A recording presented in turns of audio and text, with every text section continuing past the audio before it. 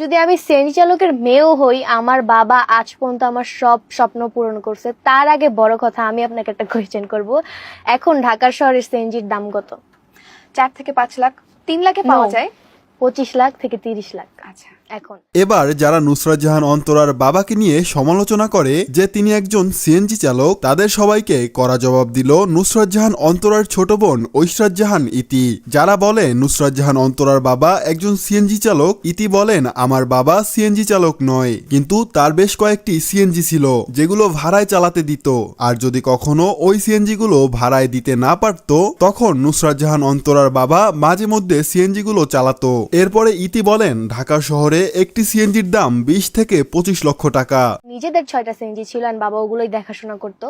তো তখন ওগুলোর প্রাইস ছিল 19 লাখ 20 লাখ এরকম সামথিং। অ্যান্ড সামটাইম আমার বাবাও চালাইছে, মিথ্যা বলবো না, বাট খুবই কম, মানে যখন কেউ থাকতো না আর কি। তো বাবা ওইটা একদম প্রফেশনাল হিসেবে নিয়েছিল।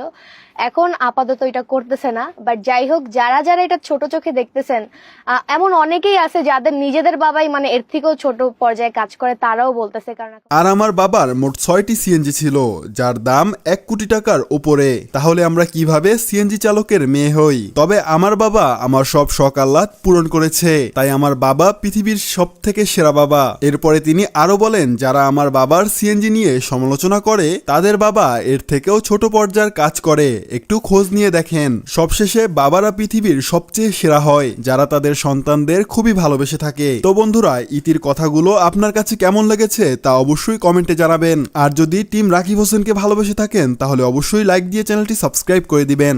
ধন্যবাদ।